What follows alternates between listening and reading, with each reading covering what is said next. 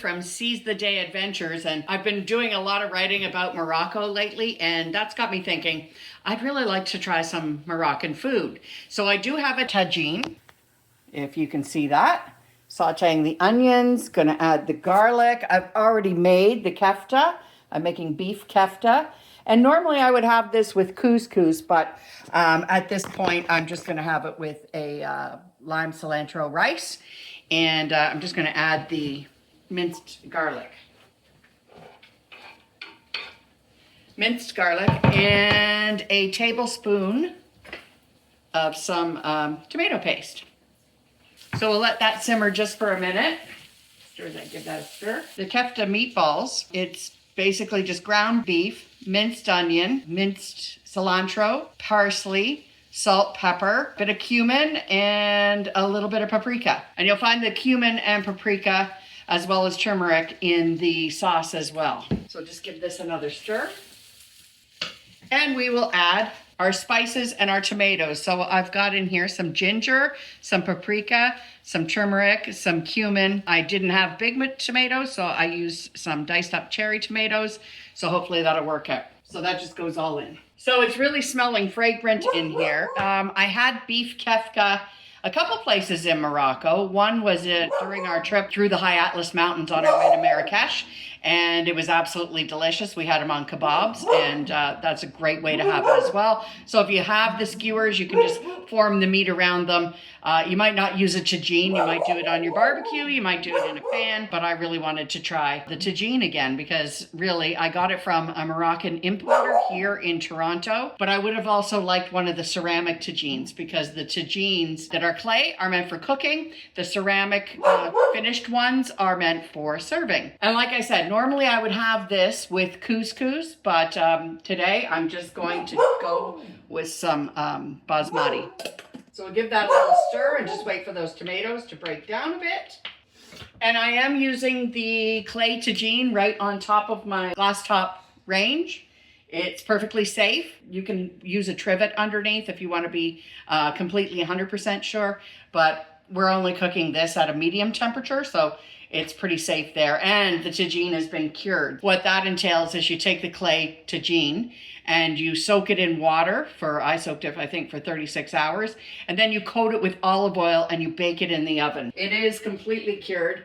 This is the lid of the tagine. And when you're cooking with one of these, there's a little hole here that lets some of the steam out, but most of the steam stays within. You really have a nice tender meat when you take it off. If you do get a chance to go to Morocco, make sure you try a chicken tagine with a couscous with the raisins in it because I really enjoyed that. We had that in Chef Chouin in the Blue City, and it was extremely delicious, and I would totally recommend that to anybody. So this is bubbling away nicely. So what I'm going to do is I'm going to take the kefta meatballs and I'm just going to drop them in the sauce.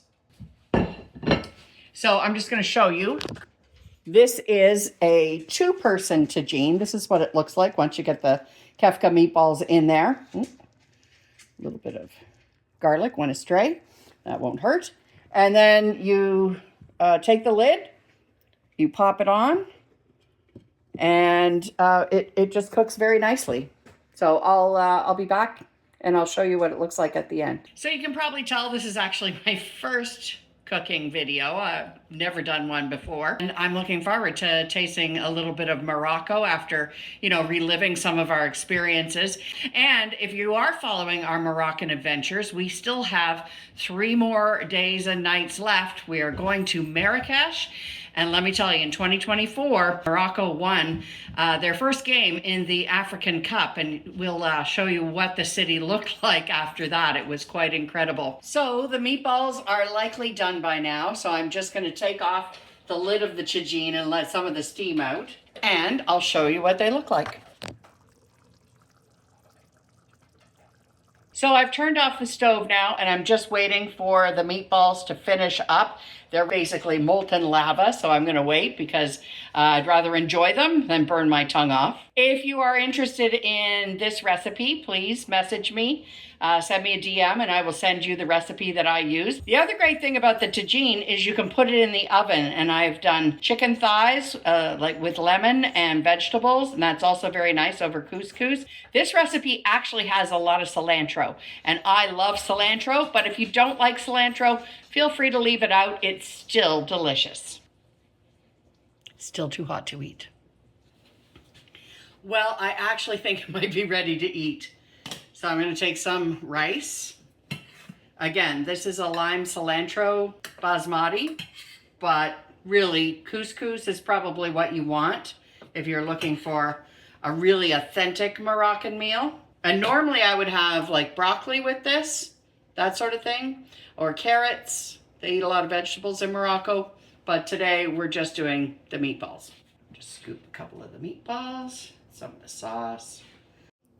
So this is what the plate looks like. Obviously I've got some salt and pepper to go on. Again, if you like cilantro, we'll put a little bit of cilantro on. I like a lot of cilantro. If you want, please DM me down below and I will send you the recipe. And if you're looking for more Moroccan recipes, this is the cookbook that Cayla got me, Cooking at the Casbah. So if you're looking for a good recipe book, this would be it. But you can always Google recipes as well. So that is me making a beef kefta for you in my tagine. It was a bit of a train wreck, I know. It was the very first time I attempted a recipe on, line. If you're interested in the recipe, DM me below. If you're interested in seeing me try to do another recipe, whether that's chicken tagine in the oven or maybe a chicken pastilla, which is a sweet and savory chicken wrapped in a flaky pastry, I can try to do that as well. But again, I recognize this is a bit of a train wreck. DM me below. Oh, one more thing. If you're interested in any of our other adventures, whether that's our next adventure overseas, we're also going to South America in the spring. But Cayla and Cayla right now, they are in Scotland and they're going to Malaga, Spain. So stay tuned and follow us, like us, and subscribe to us on YouTube for all of our adventures. Bon appetit.